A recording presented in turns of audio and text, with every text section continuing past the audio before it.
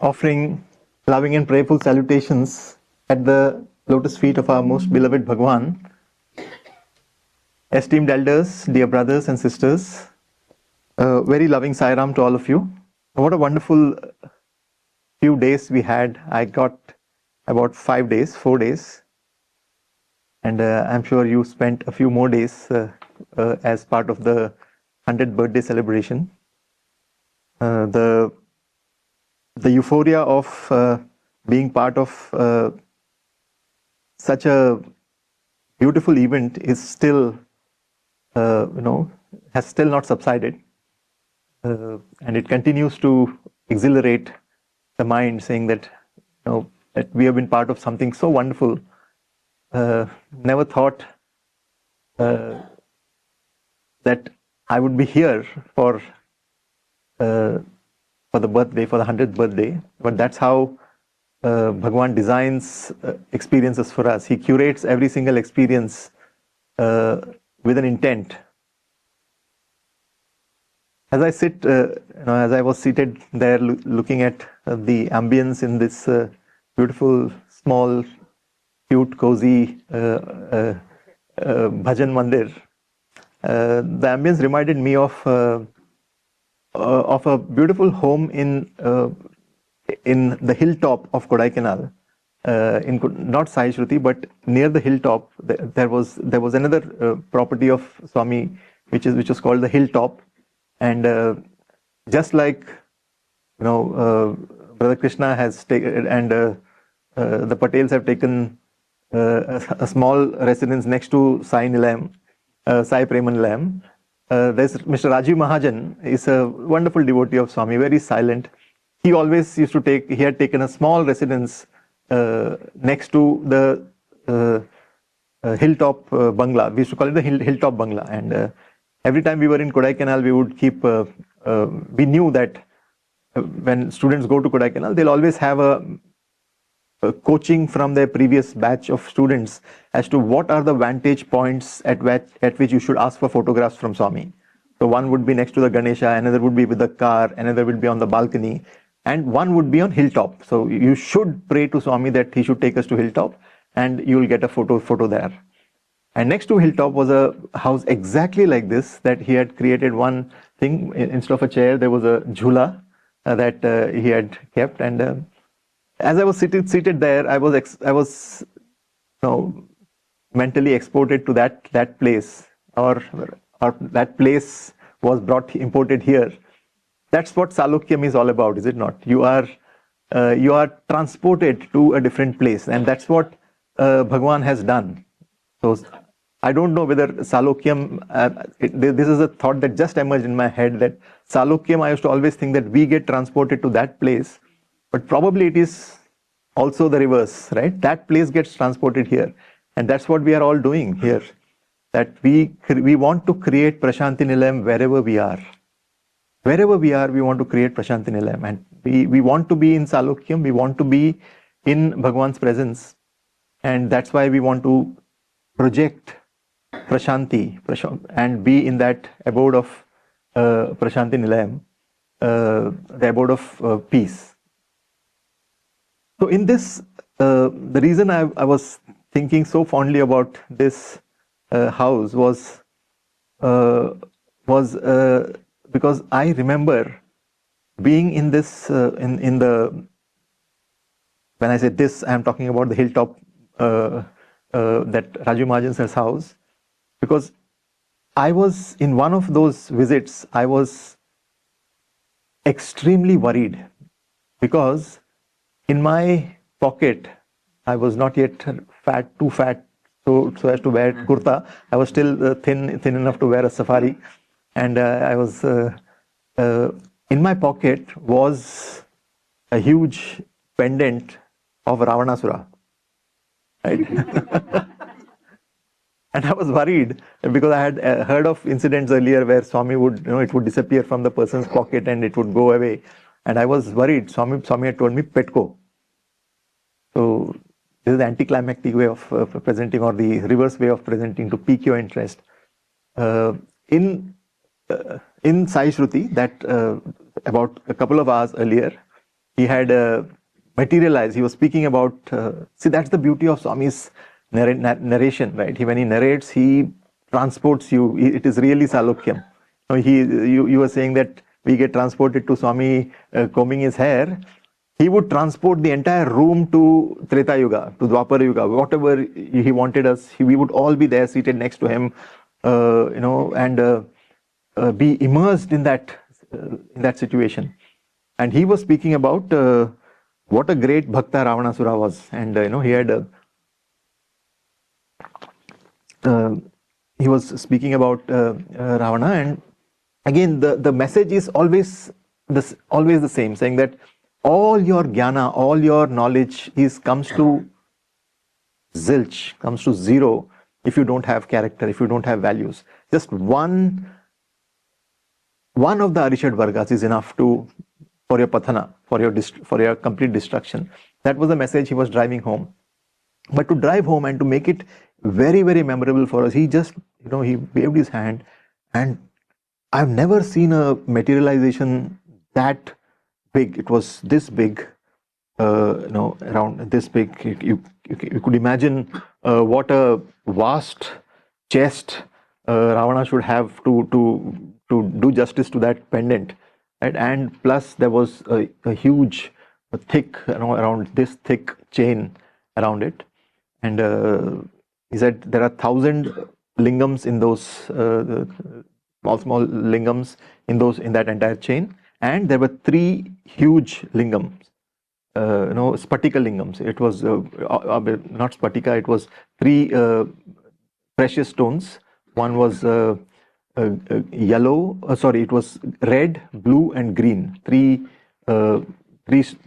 colors, 3 lingams, and it was all covered, surrounded by another ornamental gold thing, which was all covered with lingams. Altogether, Swami said there were 1,008 lingams in that. And Swami had materialized. He was taking it around and he was showing to everybody. Then he wrapped it in a handkerchief and told, "Petkono jeblo." Right? He told, "Put it in the pocket." I was holding the thing and I put it in the pocket. And Swami said, "Po carlo kucho."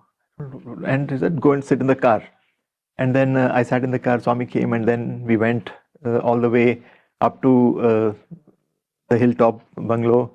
I had my camera with me, but I could not take any photographs because I was continuously worried about what will happen to this. What will happen to this? And biggest worry is that why am I wearing this guy's? Why am I having that pendant? So because I'm still holding, doing, even now I am doing this because I was really worried at that point of time.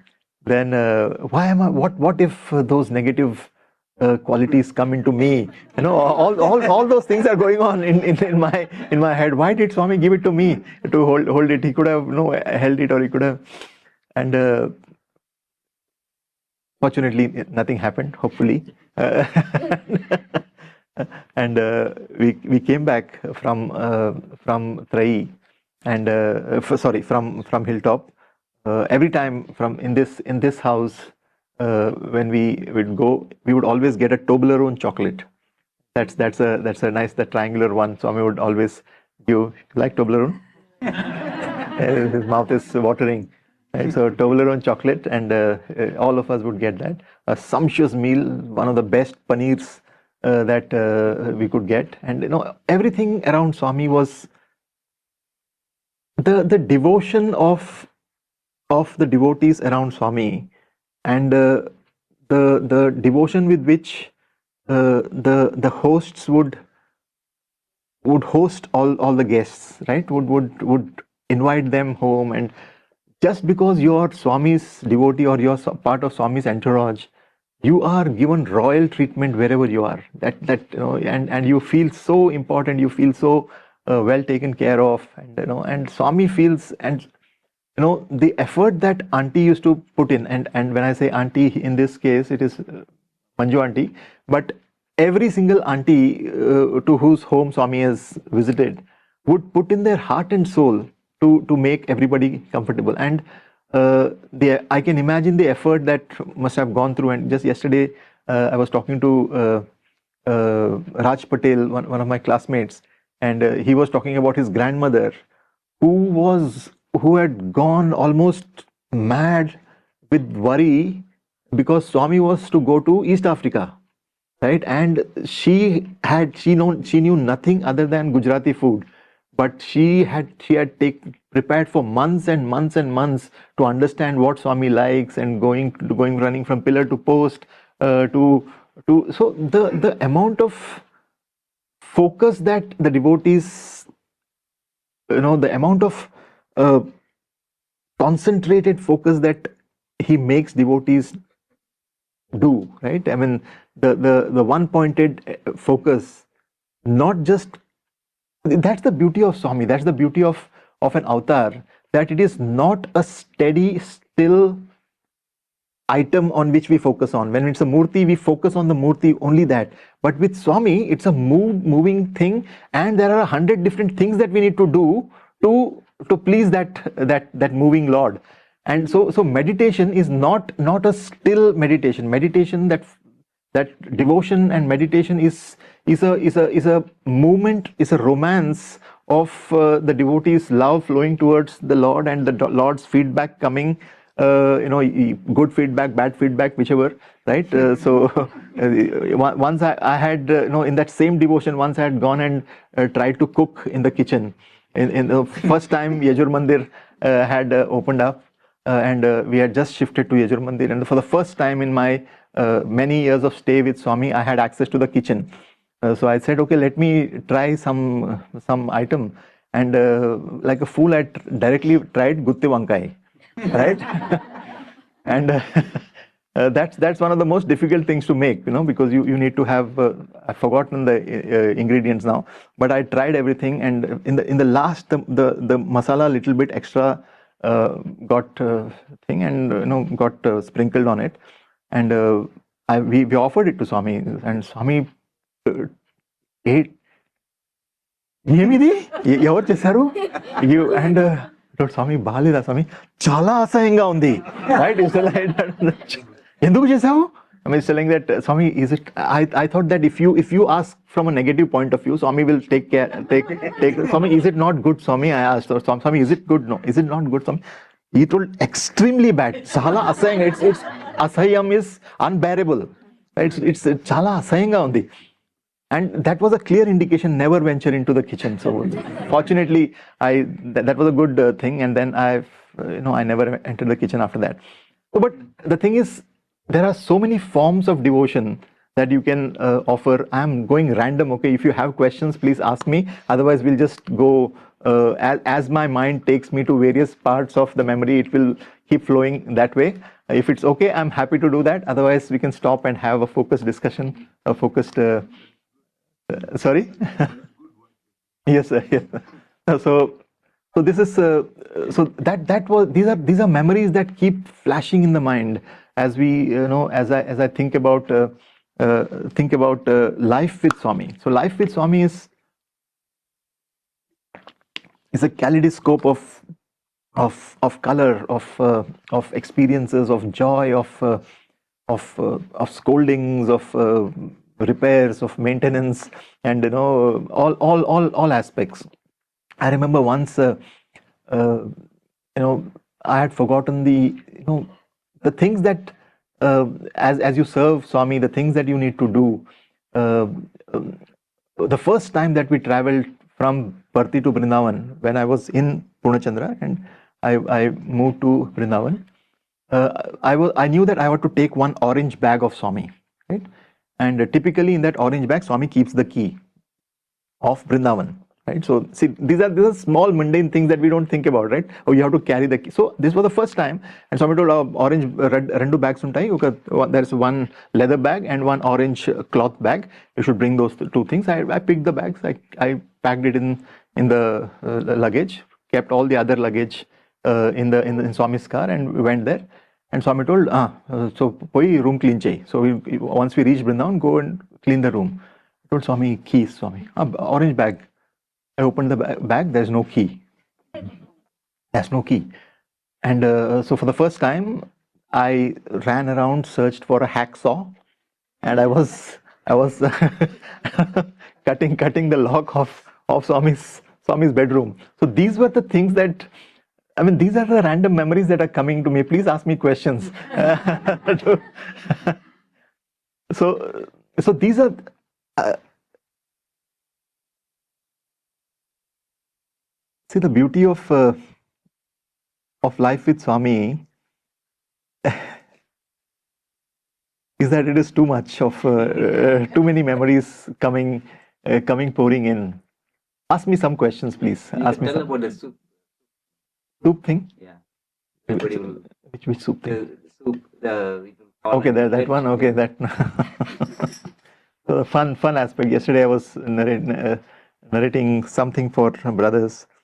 So this was part of my tough phase in my life, where he had stopped speaking to me for a long time, for 1,000 days.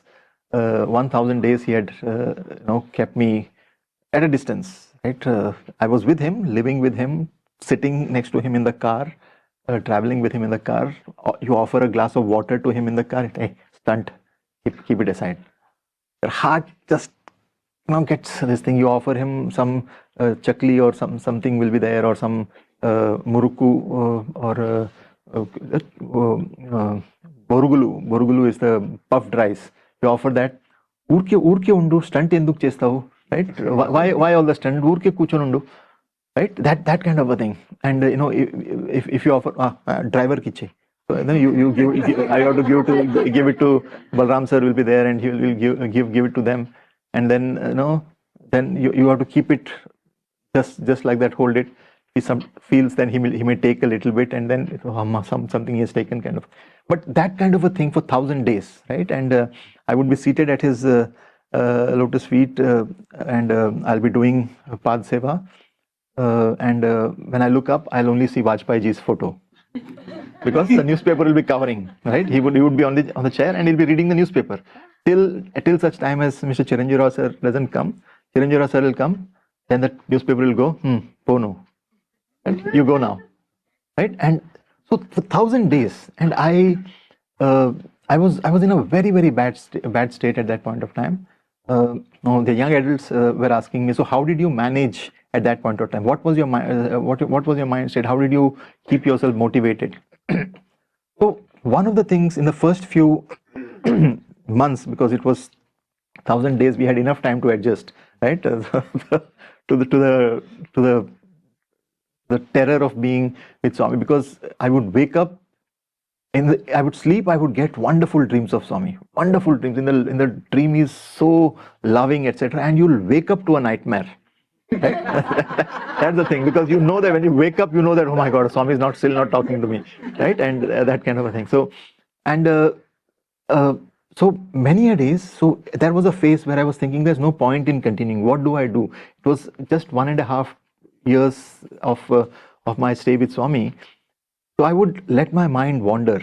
I was in Swami's room. We would do Pad Seva to Swami for about 10-15 minutes. Around 7:30, he would tell us go to sleep, and we would roll our mat. 3 of us would be there, and I would lie down. And as soon as I lie down, the nightmare would start, because the mind is playing. The whole day would keep playing, and the twice or thrice when you got ignored by Swami, or some comment has come, some firing has come, and I would start thinking about, how should I escape from here, right? What should I go? Where will I? What will I tell my dad? How do I? What is my escape plan, right? And I would allow the mind to wander, and it will go. Okay, we'll do this. We'll start a tutorial here, and I was a chemistry graduate also, so I used to love teaching chemistry. So I said, okay, we'll start coaching classes in Bombay. I would actually visualize which place, how far from home, which shopping center place will I buy, will I rent out, and all those planning. The left brain always calculates, right? It always wants to calculate. I used to allow it. I didn't know that I was doing it, but I would allow it. But at the end of it, I would come to the conclusion that, but after all that thing, will Swami be there in your life? But there's no Swami, and it would start tapering down then. That excitement of escape would taper down, and then I would fall asleep. The next day, 7:30, do Path Seva, come back, again the next plan of action. Right? 6 months. Can you imagine 6 months this was going? And what I realized in the halfway through is that the mind will not stop. The mind is not going to stop. It will always start planning, because the mind is under pressure now. The mind is not ready to surrender. Mind is not able to find a solution as to why Swami is not talking to me. So mind is planning an escape. So the self, the entity, the mind-body complex, or whatever you want to call it, which is supposed to be me, which we think is me, is trying to escape. Trying to escape from the grip of the divine master here. And it's so I realized that this is not going to stop. I can't stop the mind. So I would allow, and then insert this thing that, but Swami is not there. I realized that the moment when Swami is not there part comes in, the intensity starts decreasing. And it died. So, and eventually I realized that I could sleep earlier. You know, I learned the art of taking out the fizz of the imagination faster, right? And within half an hour I would fall asleep. And then the charm of escape disappeared, right? And the pain became the normal. I mean, and that pain then started transforming into a sweet pain of pining. The pain started into pining. And you know, the ego, or the ego that was first trying to resist and escape, then started saying that I need to surrender. I need to start craving for that attention. I started learning, you know, started writing letters to Swami, saying that, Swami, I don't know what, inside Purnachandra, you're staying in Purnachandra, and as Swami is going into the lift, you give a letter to Swami, right? You don't even have the option to do postal sadhana. Otherwise, when Swami doesn't talk, people do postal sadhana. When we used to always say that when Swami is not talking to the boys, the most profitable thing is for the postal department. The letters after letters would keep coming. So, but here, ego will take. Sometimes he'll do. Yentu stunt anta. You know, why all this stunt? So different things, but we persist. But what I realized was that, you know, I'm writing in English, and I had started speaking to Swami in Telugu by then. But when you write in English, that feeling doesn't come, because my conversation is in Telugu, but I don't know how to write in Telugu. We have got enough time, right? Time is not a problem at all. I used to pick up Telugu Sanatana Sarthi, and I started writing the discourses. And I have tomes. I used to have tomes of books in which I have copied down discourse after discourse after discourse, just to understand how Telugu is written. Because I can speak Telugu, I know the words, but I don't know the letters, right? And then I used to read slowly. I started learning to read. I started learning to write. And then after about 6 to 8 months of this practice, I wrote a letter to Swami in Telugu. Right? And I used to start writing letters in Telugu. So in this interim period, and it was during this period that key I had forgotten. So all because of the tension, because of the worry, you continue to do mistakes, right? Because I think housewives will understand this, right? No more. So I know how it feels, right? Because because you are in a mode of surrender, and when the master is not talking to you, you cannot do anything right. Your body is not functioning, your mind is not functioning, your intellect is blank. You always feel lost. And that was my period for a very long time. And so at that point of time, once in a while used to come some, you know, spark of hope, you know, every once in a while, and suddenly he would, hey Itra, he would show tell something, or tell me to give something, and I would jumping with joy, saying that, oh Swami has given me a task, I'll do it perfectly, and hope I don't make a mistake. And in that hope, I would fall down, and some mistake would happen.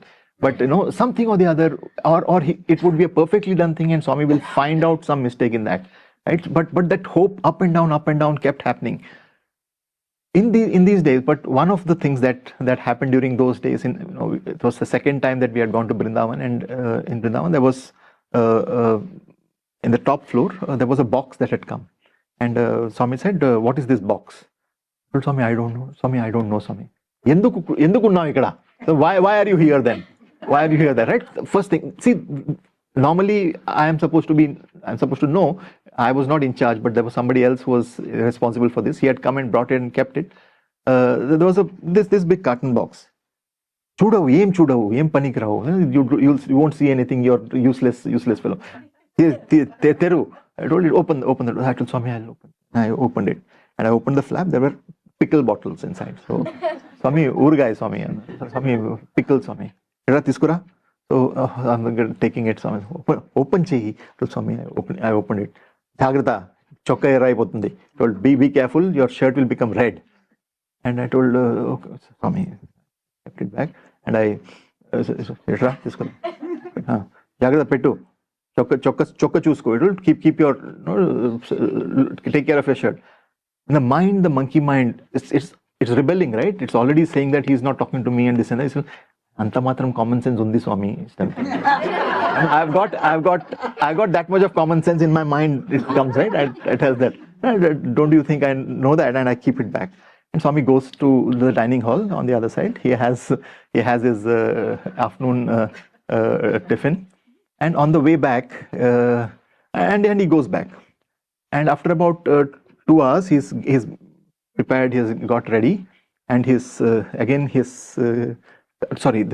had finished his early lunch, and then he again around 1 o'clock he was coming out for the tiffin. He would eat a small idli or something like that. And at 1 o'clock when he came out, again as if he has it's a rewind button and he's pressing. Hey, ఏమది box లో? స్వామి చూపించాను స్వామి pickle. తెరు సరిగా. So open it properly, Swami. I showed it was pickle, Swami. Open properly. So I realized that I had opened one flap. The other flap had not been opened. So I assumed, because all were pickle bottles, I assumed pickle. I opened the other side. There were sauce bottles here, right? It were not the plastic. It was plastic bottle, red. I still remember, red plastic bottle with a white cap. What is that? I told Swami, sauce, Swami. Sauce ante? What's the meaning of Swami? Pachadi, Swami. Tomato pachadi, I told. It's tomato. How do you define sauce? I told Swami, tomato chutney. I told, tomato pachadi. Etla untundi chupiju. And I opened the. I wanted to open the sauce. So you normally open the sauce bottle and show the pickle. I had opened with common sense and knowing that. So I opened it. Sauce bottle. Have you ever seen a sauce bottle work like Coke? This sauce bottle acted like Coke. Just my entire shirt is like covered with. I thought, gone. I'm going to get blasted now. But I was. My back was turned. I was opening it. Fortunately, I had opened it with my back to Swami. The entire shirt is red, and behind I heard a doop sound, big thud sound. And I looked. Swami is fallen on that door and is laughing and laughing and laughing. You should have seen his hand. He was. I don't know what joy he got, right? Seeing that, he's laughing and chudu,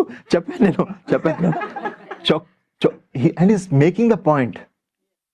Chokkaki urgai avutundani cheppaledu. Chokka erraipotundi annanu.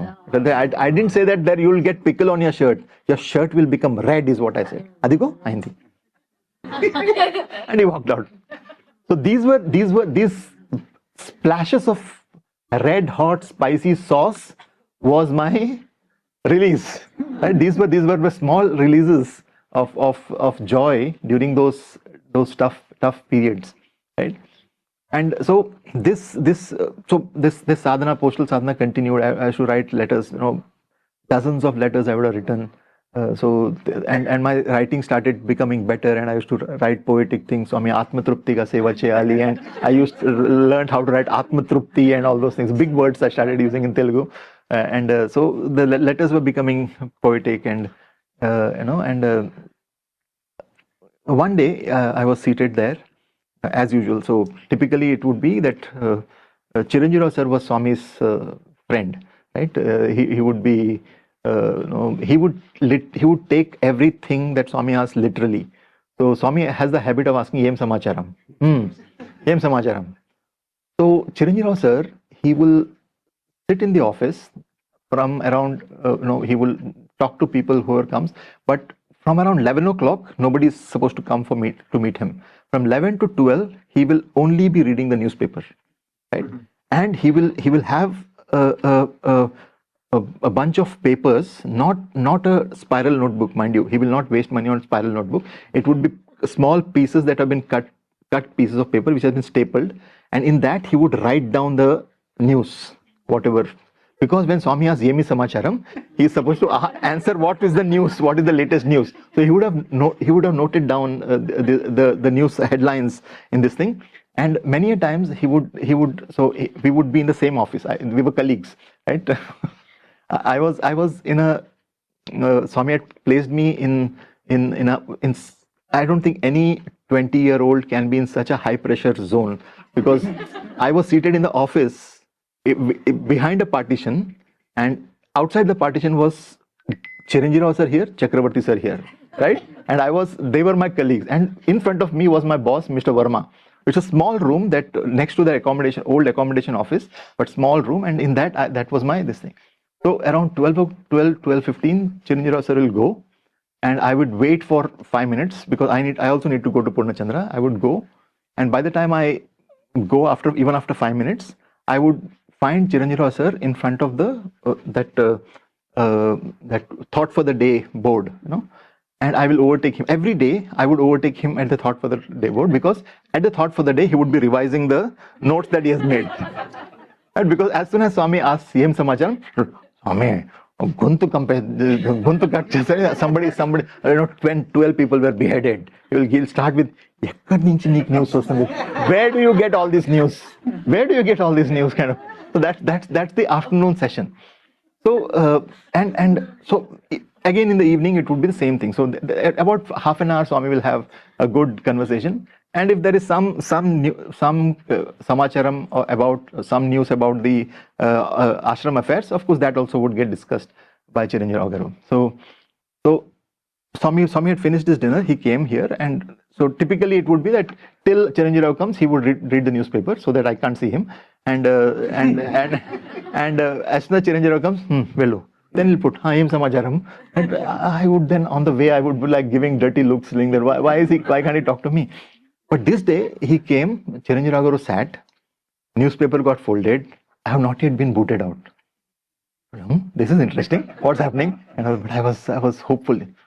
And he's telling Chiranjeev Rao sir had a wonderful sense of direction, right? He could sense which way the wind is blowing, right? Whether we used to say that Chiranjeev, he could do that direction of the wind, right? So if he could sense whether Swami is happy or Swami is unhappy. So if he sees Swami is happy, he will amplify the happiness. If he sees that Swami is unhappy, he will amplify the unhappiness. He will if Swami.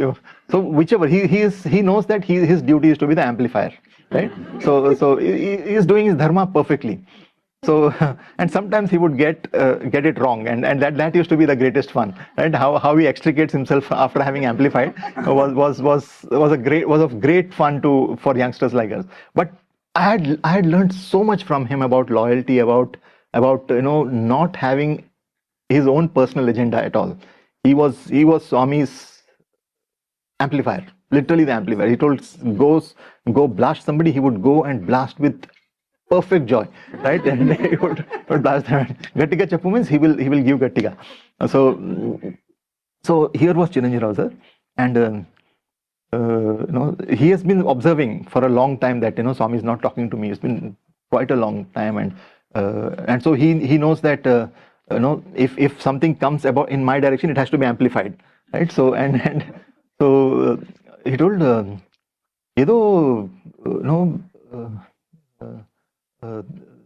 Uttaral Rastuntadu. So he writes letters. Swami. Who writes? His hand, he had small fingers, so whenever he prays, his hands won't go fully. It will be only like this. So I always know. Swami, Pilladu, Uttaram baga rastadu. So he's now getting a sense. Telugulo is writing. He writes in Telugu. ఇంకా ఎవరితో రాపించుంటాడు స్వామి. He would have got somebody else to write Swami. Swami, hey, Swami. Hey, no, did you get it written by somebody? That would have been a blasphemy, right? You're writing to Swami and లేదు అట్లా కాదు, అట్లా చేయడు, హృదయంగా రాస్తున్నాడు.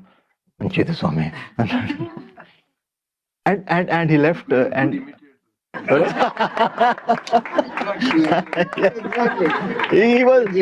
he was my friend, sir. He was my companion for years and years. So, and no, he would accompany me to the first few days. It was his duty to take me to the office, and every day I would walk to the office with him. So, and I had a very loving relationship with him. I had great regard for him. He slowly developed great regard for me, and it was, he knew that I had become a good amplifier like he was. Right? So we could gel well. So that was one of the times where he had made a mistake of identifying the direction, and then that was the turning point. And after that, suddenly Swami started speaking to me, and I was slowly pulled out of the cold storage at that point of time. So the amount of effort that it took to, but for a long time, till about 2019. Okay, this was in 2099, late 99, early 2000 to about 2002, end of 2002, the two and a half, 3 year period. Till about 2019, if somebody asked me why did Swami stop talking to you? What happened? What did you do? I thought, I don't know, man. I have no idea why. Because I literally did not have any idea. It took me 18, 19 years, and then there was all of a sudden that was a penny drop. Oh my God. That was the period when Swami was grooming a few other boys. He was grooming a few more boys, and he used to tell me to groom them. My duty was to teach them a few things, and how to take care of certain things, how to behave in front of Swami, how to be ready, etc. And I was a reluctant teacher at that point of time, because my fear was that was the fear, right? Every one of us have a fear that if I train somebody else, will I get replaced? The self, the ego is the most thing. And that's when I heard that first thing of Swami, right?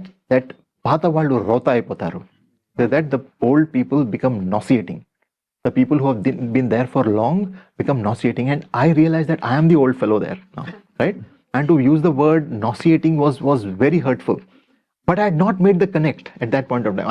I used to think that Padaval Rota Aipotaru means he was talking about elderly people and old people and this and that, right? But what he was meaning, what he was continuously driving home, was that people who have been there, who have experienced the joy of Sai, need to start taking the back seat and allow new people to come and experience. That was one thing that it took me that probably it was that 1,000 days were needed to do that. Because after that, and the day that I really understood that point was when one of the most beautiful words that you hear from Swami is Bangaru. Bangaru will tell, the way it is Bangaru or Bangaru, chala santosham. Bangaru is gold, right? He calls you gold. And for that 1,000 days, I was pining. I suddenly realized sometime down the line that I had not heard the word Bangaru being addressed to me for a very long time. And that thirst for Bangaru started becoming more and more. And when will I get that word Bangaru again? Right? That was the main point around which then that all that feeling of being kept away became focused on searching for that word Bangaru. Once, and every time he would call somebody Bangaru, I would feel oh my God, why when will I hear? One day he had told he told, go sit in the car. It was in Vrindavan, and from the back side of Vrindavan we were going. He told to go to the garage from behind and sit in the car. And then Swami also came from the back door and sat in the car. As we were going from back, he saw a devotee from USA. He had come, and Are, Anochade. And I could sense that he wanted to talk to him, right? Are re, he did ayayo, that kind of a thing. And I don't know where I got the thing. I said to Swami, Swami, shall I get down? Shall I get down? Bangaru, he told. That was for me like, getting out of the car, being sent out of the car, that it doesn't matter. I mean, at that point of time, but somebody pointed out to me saying that, but 100 people outside are seeing that Satyajit has been thrown out of the car, and somebody else has. That didn't, at that point of, it did not occur to me. Only when it was pointed out that. But the thing is, to be sent out of the car being the most joyful thing because of the word Bangaru. That word proximity is not physical proximity. It is the spiritual proximity. When you are Bangaru, when that word Bangaru is there, you can be, in that distant corner, but you are still Bangaru for him. That's more important. That was one of the most important. And after that, the whole thing changed. I don't know how. Maybe Swami thought the lessons are enough, and all those 1,000 days got completely as if it had never happened. And I was wondering what happened. Where did those 1,000 days go? But I remember that was one of the periods of greatest intensity for me. Right? I wouldn't have learned Telugu without that much intensity of Telugu. I wouldn't have done without that. Without the thing, the reading that I used to do, the multiple books I had read to find this thing. The depth that came was because of that intense craving, right? Because I never had that intense craving before. My only craving was the physical things, that I need to come closer to Swami through my physical activities, my dance, my drama, my sports. I will win a medal, so he will put a thing around my neck. I will do drama, so I'll get a photograph with him. I'll do a dance, so I'll get a solo photograph with him. So all those things, proximity is only the superficial aspects, right? But that craving, that internal craving, that intense pining for Swami, that came during that 1,000-day period, and I'm eternally grateful for. And I completely understand that prayer of Kunti, when she said that, Swami, please continue to give me troubles, so that I can continue to keep talking, to thinking about you, contemplating on you. So this was thanks for the reminder of that one sauce incident. And so this is what it means. It is to live with the Divine Master. And I think all of you, the way you're all of you are nodding your head, you know that you can relate to it, is it not? It is not the physical proximity of Swami. We have all lived in the proximity of Swami, right? You may not everybody has got the physical proximity, but we have gone through the ups and downs of life. We have gone through the what should I call it, the desert of being deserted by the Lord, right?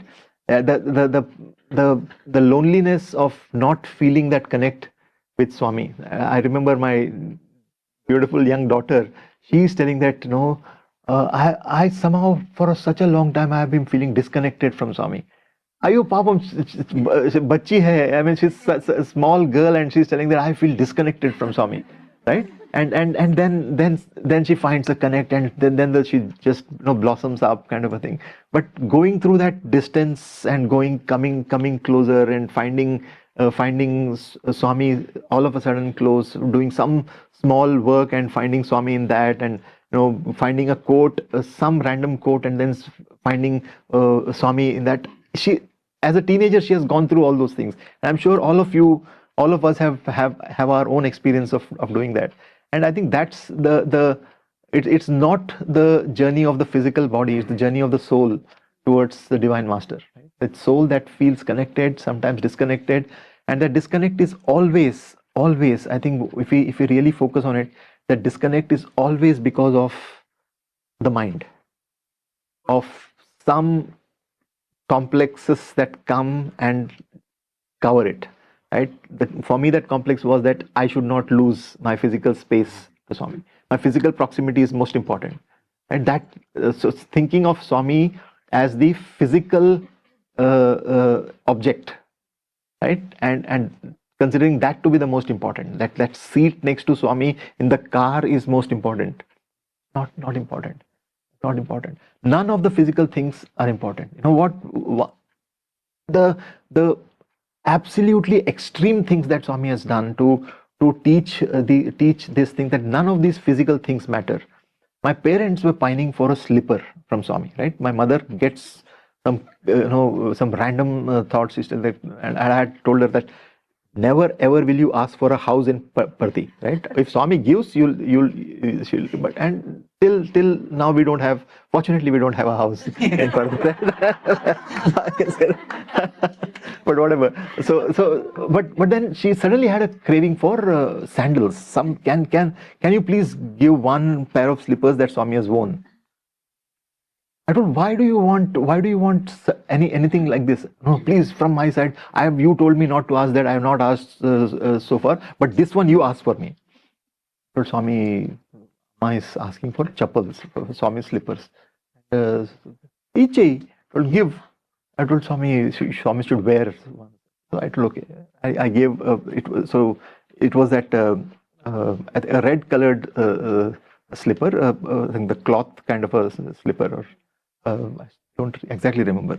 And I kept it on on his feet, and I told him to wear it. I told Swami Istan, Hetu, keep it down. You wear it. I told no, Swami, you wear it. Chaptunan kada? Hey, Vesko. He made me wear it. I wore it. Now go and give it. Now go and give it. I don't know what to make of this, right? But from then it's telling that you cannot be asking for physical things. You cannot be asking for physical things from Swami. No, none of the physical things. Some of you can think about it and give me the interpretation of this. I love the interpretation that comes, because I don't have an interpretation for this. I don't know why Swami did that, but I know what happened to me was that I knew that it was stupid to ask Swami for physical things, and this got completely. Here, take your slippers. I told them. She accepted. I mean, she's happy with it. She is super happy with it. Swami has done it. She at least mother will not consider the son as a pollutant, no. So for her it is all right. Anybody else will throw it back to you, kind of a thing. But for a mother, the son is not a pollutant. That's the mother's love. So these are. See, I think, but the undercurrent is that, right? That connect has to be heart to heart. There cannot be anything. Nothing physical can be a barrier, or nothing physical can be a conduit. It can't be a conduit. Physical things are not a conduit, right? That intense pining from the heart can be the conduit to God. Can be your connect to God. There's no other physical things that can be a connect to God. Transition from hostel with Swami. Mm-hmm. Few of them. So those were tough periods.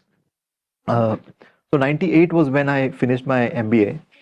So 96 I had joined my MBA. 97 was an interim vacation between first and second year of MBA.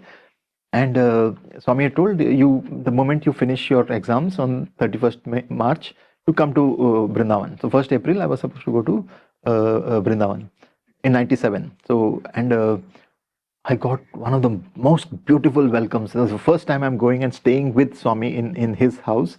And one room was made ready for me, and this is your room. Swami showed me, you stay here, this is your bed, and this and that. And you only for the daytime, night both of you come and there was Manish, both of you come and sleep in my room. But for the daytime, you keep your suitcase anta ikkada pettu, you keep your suitcase here, and all those things were showing. And every day you would have lunch and dinner and breakfast with Swami, and it was a wonderful two and a half months with Swami.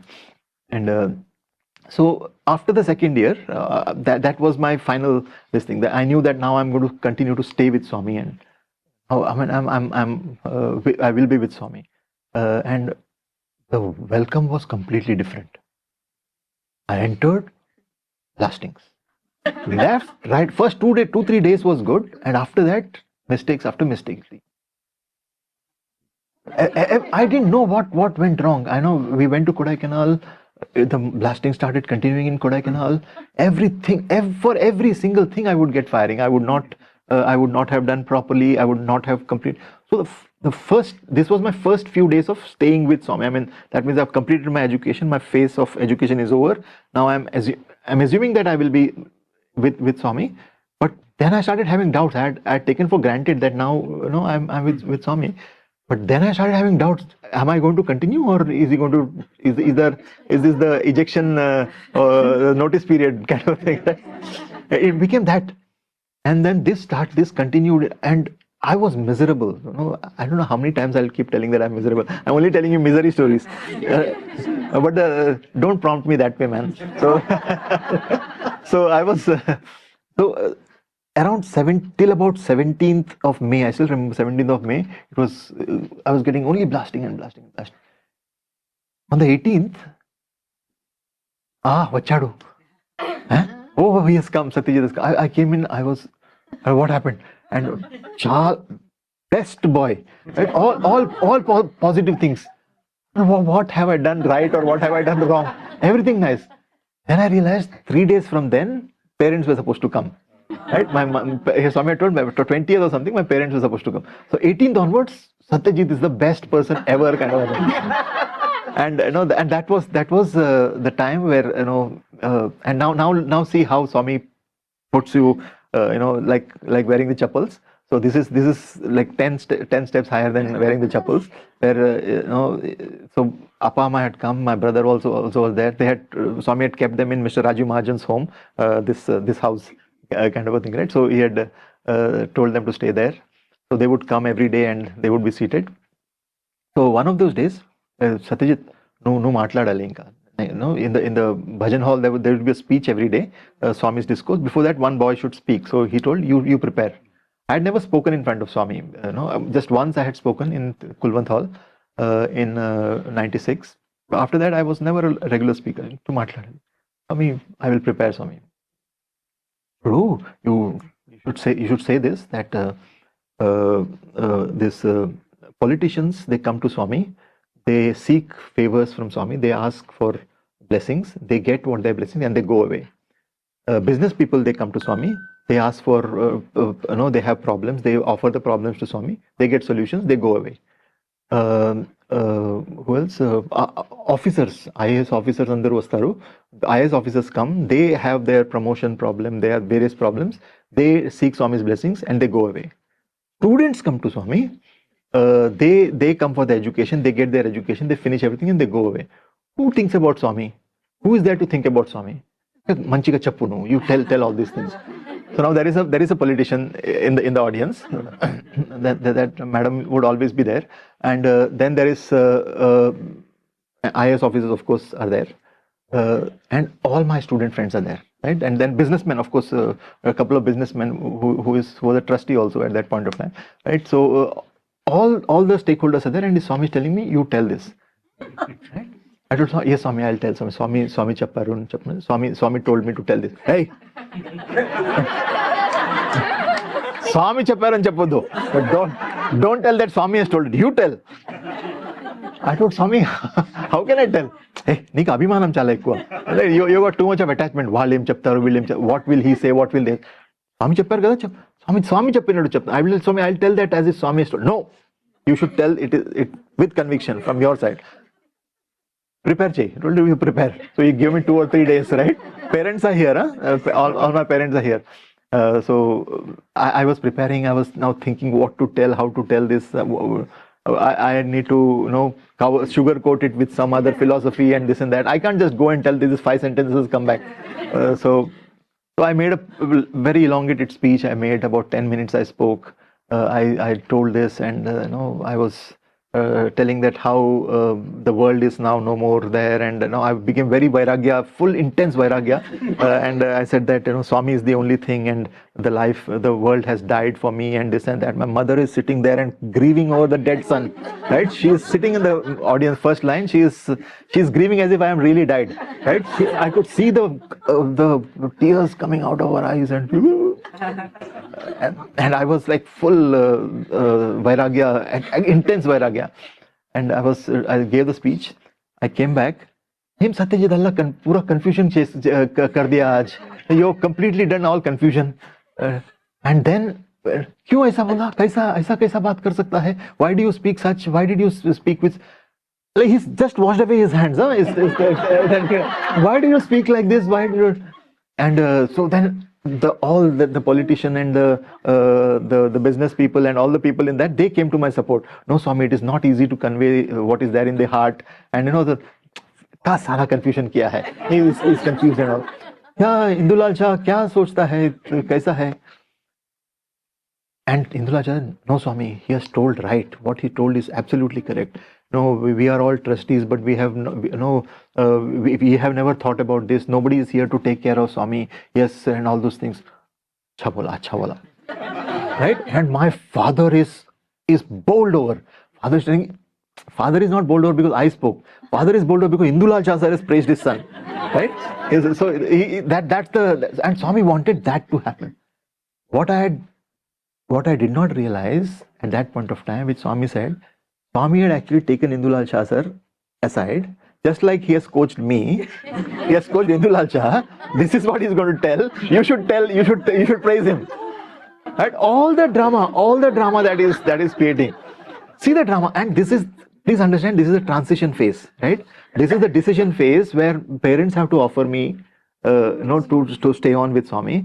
They are seeing now, and I need to be,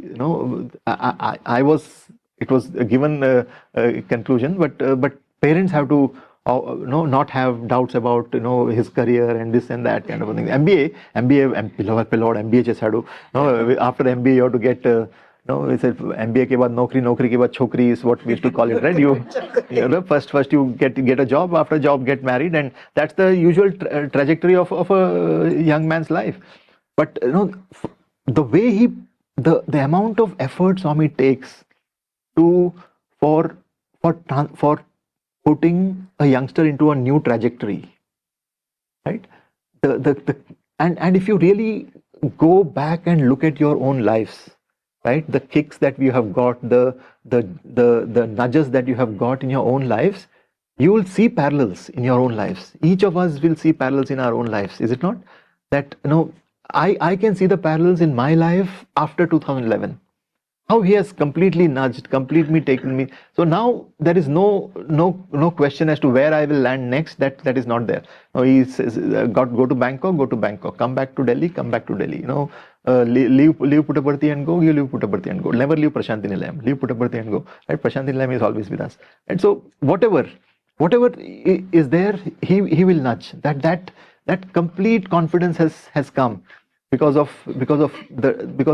you have seen the drama that Swami does, the effort that Swami puts in to ensure that you are there. Ishwarama Day. You can listen to the 1998 Ishwarama discourse, right? In the discourse Swami is talking about. In Chappagurdukani, Kodaikanal lo, I should not say these things, but in Kodaikanal, our Satyajit, he told this. He narrates 1, 2, 3, 4 in the discourse. I am sitting inside behind and feeling embarrassed, and everybody comes and tells Satyajit, good, yes, you're this, that. But what has happened also is that he has made me utter from my own mouth that nobody is taking care of anybody. I will take care of things.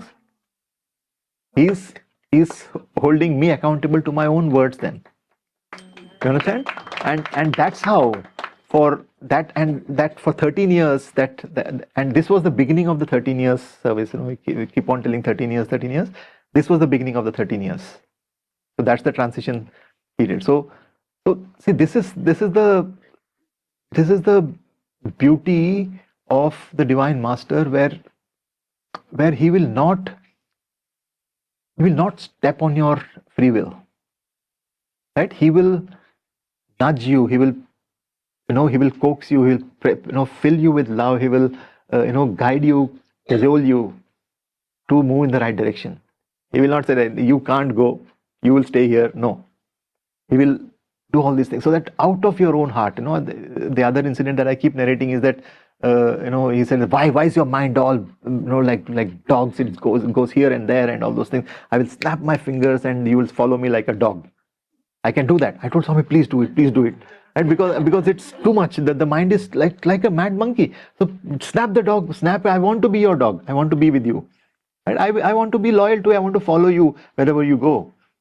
Hey, Swami ऐसा कर सकता है? Do you think Swami will ever do that? कर सकता है? Huh? Do you think Swami will ever do that? तुम्हारा इच्छा से follow कर सकता है.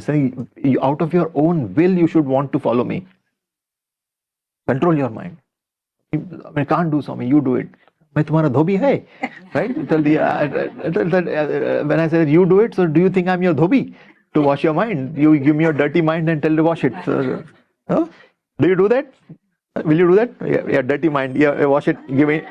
No, you can't give God. Swami, please, can you wash this? You can't do that, right? That's the idea. Is the purity has to come from within. And automatically, the grace of Swami, the grace of God comes. Somebody has beautifully said that we created the negative energy and the positive energy comes in, kind of a thing. Right? It's a beautiful way of looking at it. Analogies are 100 around this. So the point that I always keep making nowadays is that I have left Puttaparthi, but I have never left Prashanthi Nilayam. I make that distinction very, very clear. Right? Puttaparthi is that geographical location. Prashanthi Nilayam is what it is. I mean, I don't need to explain it. All of you know what it means, right? Prashanthi Nilayam is the essence of Satya Sai, is what he has come to give us, to be the abode of peace. And that is not located, is not a geography for me anymore. Never a geography. Because don't you think you're in Kodaikanal now? Right? It's in that, we are in Raju Mahajan sir's house. Right? This and that is Prashanthi Nilayam. It is Swami's place. To me, any place where there are devotees, where we are discussing, where there is a chair of Swami, it is the abode of Swami. And yes, when Swami was there, the physical place, yes, wherever Swami was, that became, if Swami goes to somebody's house, that becomes Prashanthi Nilayam for us. If somebody goes to Vrindavan, that becomes Prashanthi Nilayam for us. That's whatever place, right? That's the thing. But in his absence, it is only the love and the compassion, love and the devotion from our side that makes it into Prashanthi Nilayam. I think that distinction is absolutely clear in my mind now. So whenever somebody says that, don't you go to Prashanthi Nilayam? I'm always in Prashanthi Nilayam. When were you last in Prashanthi Nilayam? I'm always in Prashanthi Nilayam. Right? So I've not gone to Puttaparthi for some time. Till such time that every devotee can go to Prashanthi Nilayam, can go to Puttaparthi without having to bow down to somebody else, I have decided not to go to Puttaparthi again. Right? Till such time where you have to go, for going and bowing down to God, if you have to go and bow down to somebody else, I don't think it is it's worth going. So I have taken a vow that I will not go to a place where all my brothers and sisters are allowed to go without having to bow down to somebody else. So this is I'm telling this in front of Swami. I have told this multiple times. I have told have had this conversation with Swami multiple times, and very, very clear that wherever I go, wherever we'll go together. It's not I go. So I never say Swami Poivastan, Swami Vas Ashirvadam Ichendi. Swami, I'll go for this work and come give Padam Swami Villam. My thing is, Swami, come, let's go. Come, let's go is the thing. So just as I remember lifting Swami and making him sit on a chair or taking him in a wheelchair, that feeling is always there, right? So saying that hold Swami's hand, let's walk together, let's go together, and that is the thing that we need to do, and that is what staying in his presence is all about. And what as the years go by, as the craving increases, as more and more You every time you feel the distance, you need to have that inner radar and the inner barometer or whatever instrument to see how far or how distant we are feeling from Swami. And that's where your spiritual sadhana needs to increase. That's where you need to learn. You have to take a Sanatana Sakti and start writing Telugu and practicing. You have to, that is where you need to do this. And for me, of late, I know the the real transformation came where I rediscovered yoga. I used to do a lot of yoga in the first 3 years of my stay with Swami. I had more free time, and after 2003, with Swami's injuries and he fell, etc., I was completely with Swami for next 15-20 years. I lost that thing, but I reconnected this time again. I brought some teachers home. All three of us started doing yoga. And I think physical fitness after a certain age becomes important. And for me, I feel fitter now than I was about 5 to 7 years back because of yoga. But more than yoga, it's a pranayama that is helping. The Soham mantra, which Swami keeps on telling, Soham, Soham, Soham, that connect. Every time today these days in the morning, I'm excited. I said that I wake up into a nightmare. These days I wake up into an excitement, saying that I'm going to watch the sunrise. Right? That 4:30 I'm up. I see the transformation of the sky into crimson and crimson to blue. I'm in my balcony. My balcony in Gurgaon has become my prashanthi nilayam. Right? Just a yoga mat on there and seated there in that cold Delhi weather. These days the sun doesn't rise in Delhi because there's so much of smog there, and then you just see a white thing come up. But the sound of the ocean, of your breath, that sound, that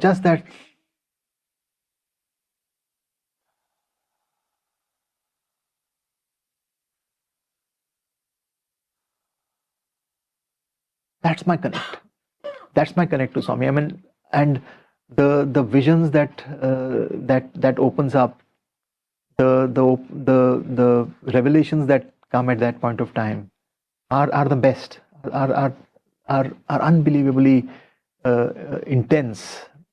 The realization that has come very, and that's what we need. That it we have read in Swami's discourses so many times, but we have not experienced that. There are so many things that we have not experienced. We only know the theoretical part of it, that it is supposed to be that way. I think that craving to experience it, that craving to what does it mean when Swami says that a cave may be dark for years and years, and as you light it and the entire cave lights up. Have you experienced? If you leave it to the mind will paint every part of the cave slowly, and then it will become bright. But when the illumination comes, and the entire thing is lit up. And for me, many of the experiences, especially the experience of Krishna of late, the vision of Swami of late that keeps coming is just like in an instant. The whole memory, it's not. I can't. It will take quite some time for me to describe, because it's the mind trying to describe it, right? It's the mind that is trying to transform into words and communicate. It's not possible. But the whole emotion. I was doing yoga. I was doing an asana, and the mind disappeared for me.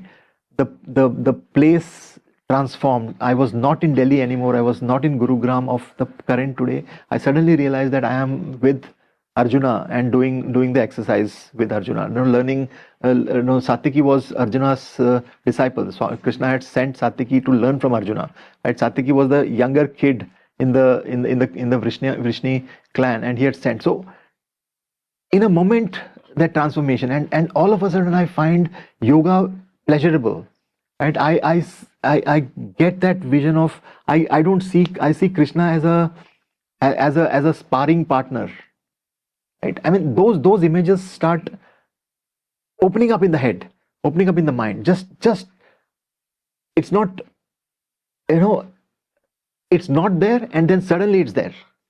and then it is there in the memory as my mother is in my memory, as my father is in my memory, as my friends are in my memory. Those things are in my memory now.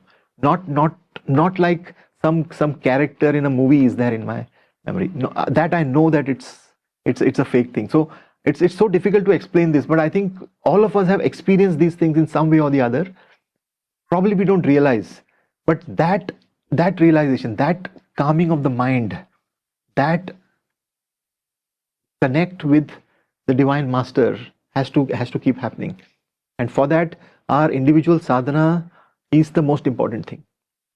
Right? Swami keeps telling again and again and again, saying that it is not just the japa and the dhyana and the omkaram and the chanting, etc., are means to an end. Right? As I was telling the other day, the Suprabhatam in Parthi is the best pranayama that you can dare, right? I told Ishwaramba. The mind calms down automatically because your breath has slowed down to such a beautiful pace, and the sound is so melodious that the mind cannot do to that music. The mind can't do the monkey dance, right? Is it not? You cannot. The mind automatically has to play in tune, and it calms down. It does that, and I think that aspect is an important aspect. Let the bhajans take us through bhava. Let us take it. But the craving should always be for that experience of lighting up. I do not consider that. I know for sure now that 18 chapters were not spoken on the battlefield, right? It would have been a couple of kicks to Krishna, when Arjuna did that, he would have kicked him and told him 3 or 4 lines that we have spoken. What did I tell you there, man? What did I tell you here, man? What did I tell you then? Did I not tell you? And he would have kicked him and he would have woken up saying that, oh, that's it. Oh, and then he saw Krishna in the Virat Swarupa. It would have come like this. I'm sure it would have come like this. When Swami says that, Roj dekhta hai, samajh mein nahi aata, when I asked for the Vishwarupa darshan, he said that he just put his hand outside the window. Today, in every day, I'm waiting to go back to Delhi, but I don't need to go back to Delhi. I was in the Hilton hotel there. I was seeing the sunrise there, and I have become a fan of a window, right? Because Swami had shown me that window. My blog is solo by the window, right? Everything is about a window now, because I am trying to see that experience, that pining for the 1,000 days for Swami to talk. That same pining is there to continue to maintain that oneness, that glimpses of oneness that keeps coming every now and then, the glimpses of intense oneness, with the glimpses of complete connectedness, the glimpses, only for a momentary glimpses that keeps coming. How do we steady that? How do we maintain that? I think that is something that we should do as an institution, as this organization should be working towards that. Swami keeps telling, "Yenni samvatsaralu meer KG lone untara meeru." Will you always, how long will you continue to be in KG? When will you go to PG? Right? When will we go to PG? That, I think that should be the intent of this group, of this institution, as to what is it that we will do differently. We who have said that we will not bow down to other human beings, we who said that we are seeking the spiritual sai. What is it that we will do differently? What is it that we will do to go to the PG levels? This is something that we need to think collectively, right? How do we translate those lessons? How do we translate those vahinis into experiential learning for us? How do we interpret those discourses through a proper pedagogical process? I'm an educator, right? Swami has made me into an educator last 15 years. I've been into creating content, creating teacher training sessions, creating institutions, etc. Why not use it for spiritual things? There was a beautiful message that came from Brother Venkat Sadanand. He wrote a long message saying that can you think on this? In Vidyavahini, we had created lesson plans to teach science and mathematics and physics and chemistry. Can we not create lesson plans for our own experiential elevation, right? For all of us. I mean, it need not be that only a realized divine master needs to come. He has come. He has woken up. One of the most important things that we teach in school is peer learning. Right? Make small groups. Let the slightly stronger student teach the weaker student. It makes the stronger student even stronger and the weaker student 2 steps higher. Why can't we help each other? Why can't we enable the slightly stronger teacher to a student to teach the weaker student? How do we create that support system? And that is something that we should think about. And when we start thinking that the main focus is our spiritual elevation, we will realize that for that spiritual elevation, the bhajans are important, the service is important, everything is important. We will not leave anything out. The organization will not drop anything, but the focus will change. I mean, not change. I mean, the focus will become even more refined. I think that is what we need to work towards. Probably, that's that's the proposition, or that's no. I mean, so I think that is something that we need to discuss. We need to continue to discuss and keep working towards. I know I'm not saying something new.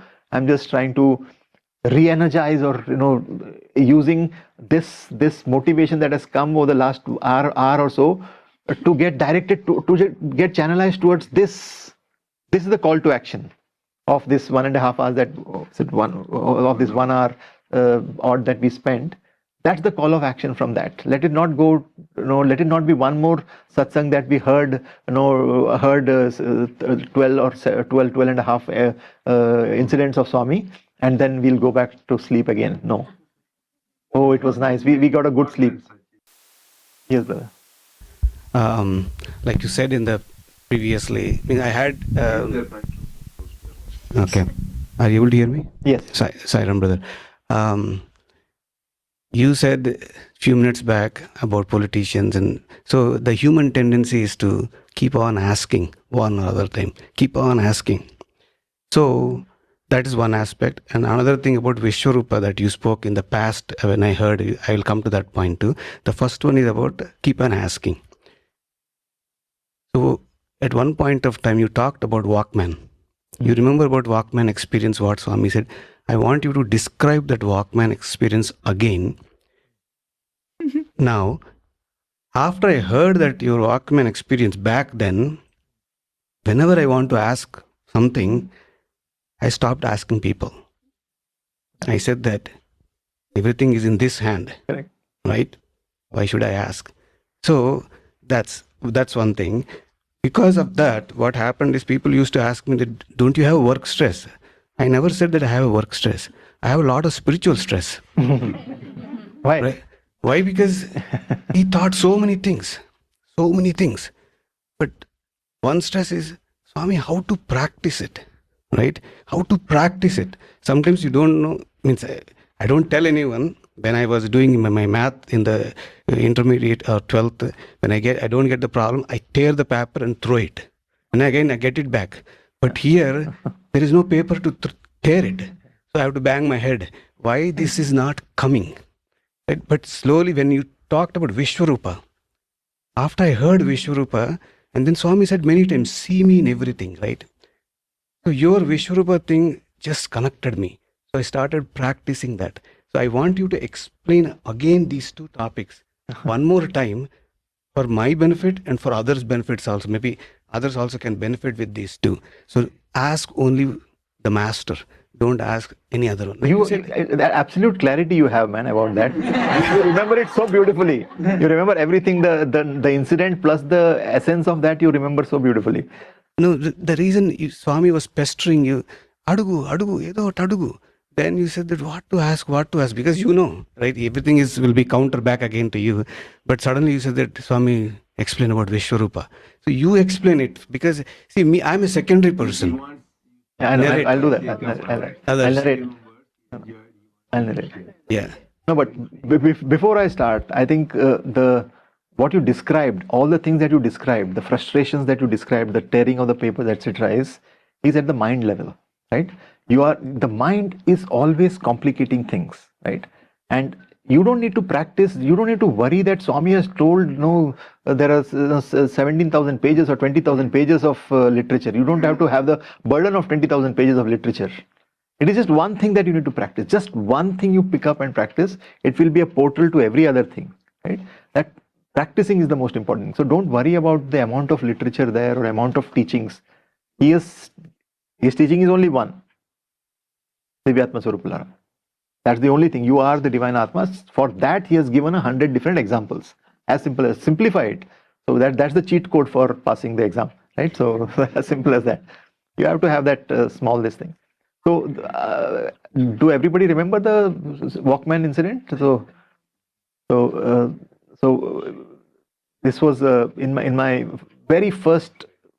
No, we had just come back from Kodaikanal in 1996, and I was in the high of the initial first couple of months of thing where everything is hunky dory, and Swami is sending me for driving. He's sending me to learn driving, etc. So in the summer course time, I was given exemption from the morning classes, and we would go to the city to learn driving, right? And we would come back directly for the discourse.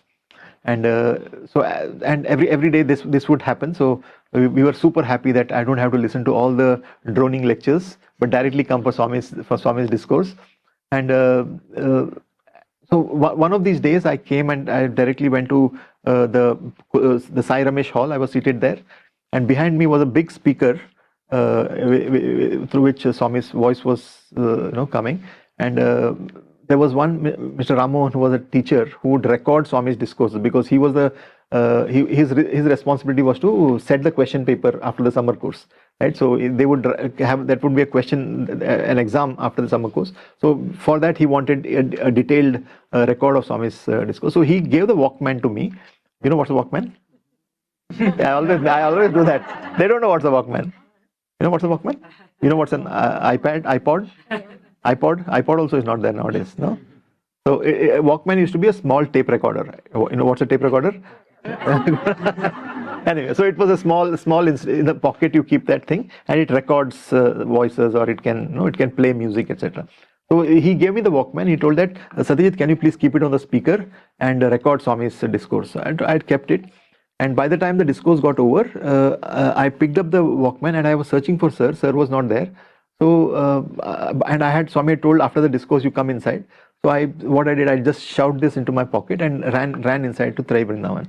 So I was inside Trai Vrindavan. Swami finished the Aarti, and as soon as he came from across the Trai Vrindavan, it's a round hall, from across there, hey, kya hai? Pocket mein kya hai? He told, what is in the pocket? Because his pocket was bulging like this. And hey, bad boy, pocket mein kya hai? Swami, Walkman, ante? So what's the meaning of Walkman? Swami, tape recorder, Swami. Kaun diya? Told Swami, Ram Mohan sir. Kai ko liya?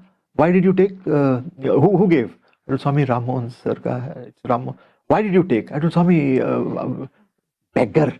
First thing, directly conclusion and punishment straight. So judgment done. Beggar. Sabka samne hath aisa karta hai. You're begging. Say, dev. Beggar karta hai. Chi. Yes, kai ko pucha? Why did you ask? Why did you ask him? The reason I asked you to explain it, because if I can explain it, I can't give that explanation. Because I don't want to be a beggar in front of others. I want to be a beggar in front of Swami. That's why I asked you to tell. कुछ भी पूछ सकते हैं. You ask, क्या है हाथ में क्या है? What is in my hand? What is in my hand? Swami कुछ नहीं है. Swami, nothing is there. Hey, Sara Hera, and he these things, and he gives me creates a Walkman just out there. He creates a Walkman. Right, so I had gone in with one bulge in the pocket. I come back with two bulges in the pocket. Then I give this back to Ramon sir. Right, so that kind of a thing. So the point is that. So from then onwards, I have never ever asked anything to anybody. I cannot ask. I know it's impossible to ask. Right, it's impossible to go and ask somebody saying that allow me for darshan. Right. I cannot do that. It is not possible that I need to take somebody else's permission or somebody else's to give me something. It's not, right? Whatever we want, we'll ask directly. That the Lord, the Master, is there with us, and He will be the one who will always give. So that is the thing. The Vishwarupa is you heard the Vishwarupa thing many times. So I was in the. I will. Which one? Was that in any big conference or In the car. is in the going in the Yeah. So once this was my first time that I was sitting in Swami's car, and Swami said, "Koi kuch car mein baith sakta hai." And I went and sat in the car. He was on my right side, and I sat in the car. And, Swami suddenly, sorry, in the car, and I'm in super bliss sitting inside Swami's car. The fragrance of the car, the fragrance of Swami coming in, the air conditioned BMW, the car, and the driver is there, and there's another person sitting in the front. Balram sir was driving it, and Gangadhar Shetty sir was there in the front. And as we were going, Swami turns to me and this way. Swami turns to me and says, "Hey, Bolora, kya dekhta hai? Tell me what do you want to see?" I told Swami ko dekhta hai. I'm looking at Swami. Bolora, kya dekhta hai? Tell me what do you see? What do you see? He's actually wanted to ask, what do you want to see? But in his Hindi, the way he asks is, what do you see? Kya dekhta hai? So, kya dekhna chahte ho is what he wants to ask. What do you want to see? But kya dekhta hai? I didn't know. I had not got used to Swami's Hindi.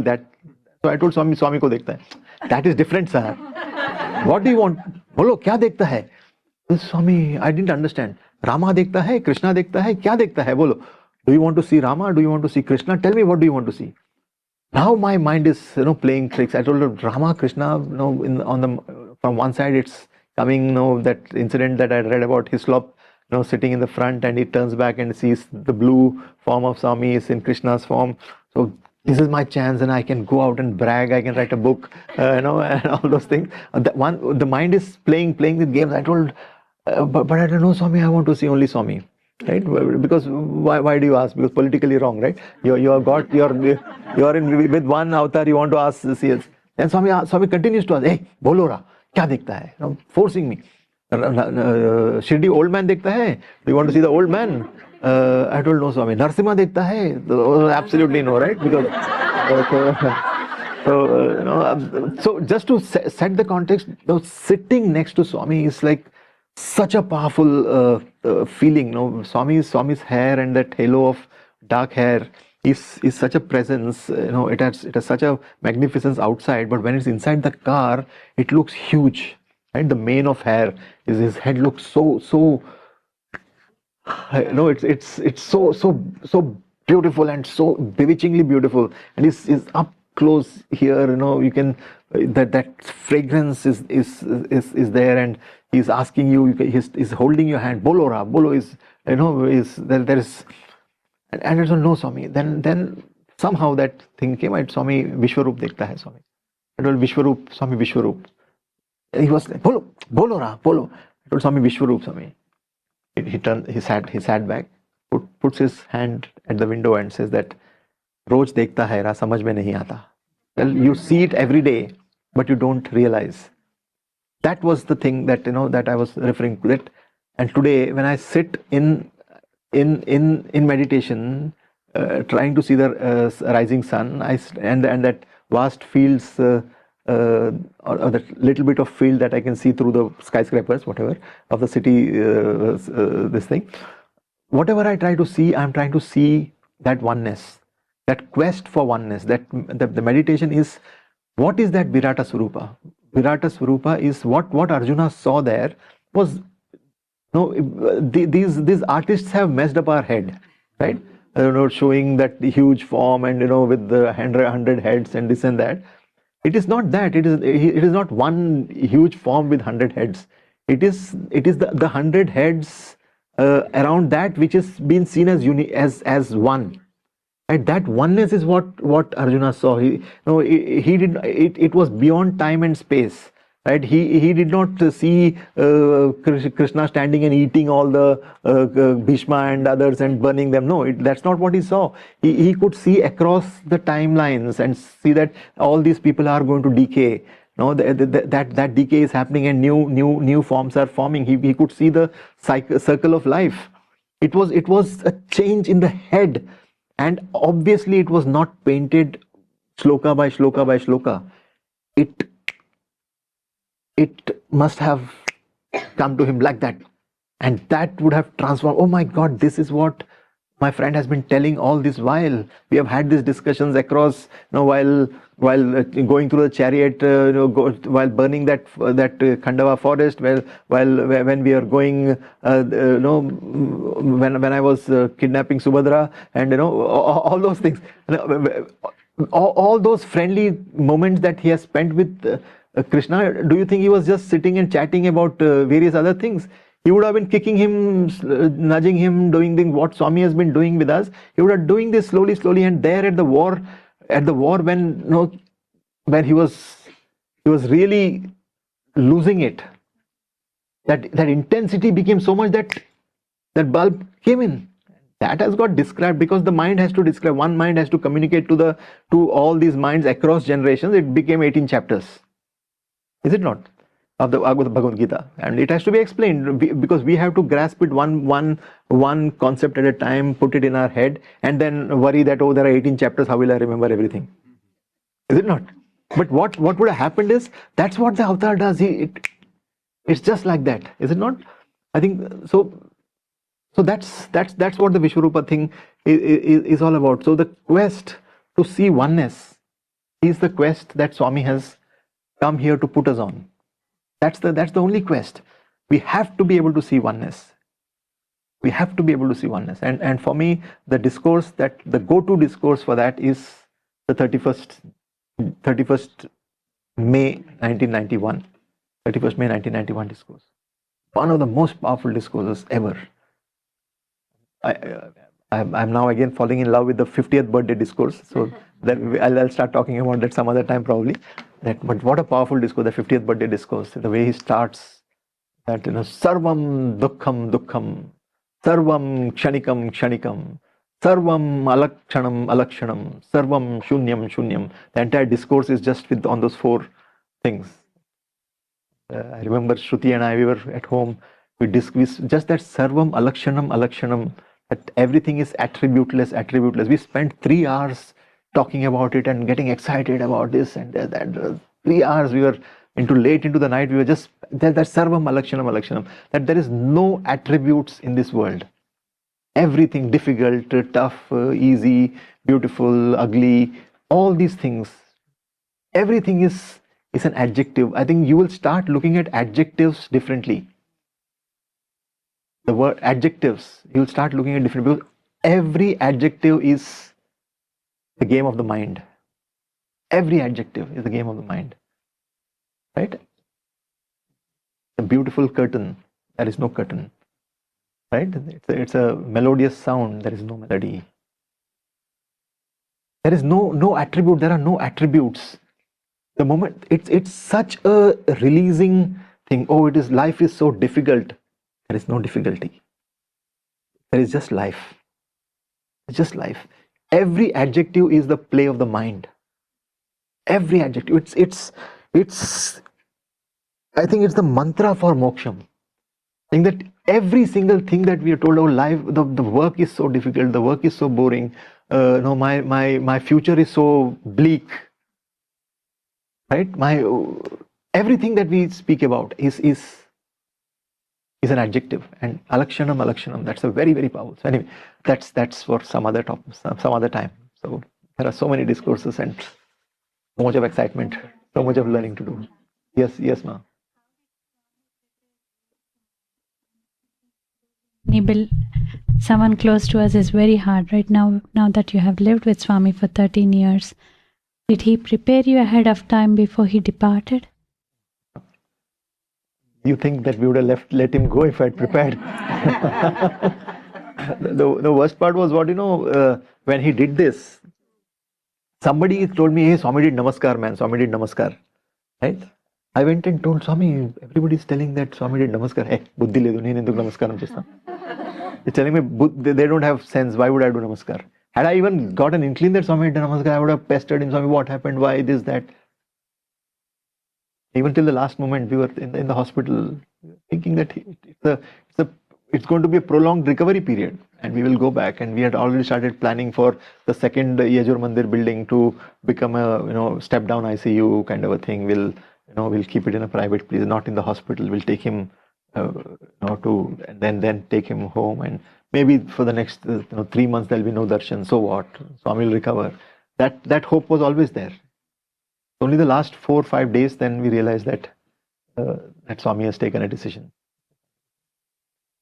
We went through all the stages of grief after that, and I've spoken about that in multiple of these things. And only when I had that experience of Swami on the 86th birthday, when he did that CPR kind of a thing in vision, that's when that presence of Swami became real to me forever. I mean, it has not left after that. He's always there. That only the physical. He's not the physical form. Not at all the physical form. He's a spirit that existed in that spirit, that physical form, that beautiful, loving physical form. But the beauty and the love aspect does not need a physical form. Does not necessarily need a physical form. It was his love and grace that he on us, that he went through. He stayed imprisoned in that physical form for that long, in spite of all the deteriorations of the physical thing. But he stayed there just to show us what it means to live gracefully. From then on, there is no prayer. I never pray for good health or pray for. I cannot pray for health. When Swami allowed the entire thing to take its own course, the only prayer that can emanate from the heart is Samasta Loka Sukhino Bhavantu. Samasta Loka Sukhino Bhavantu.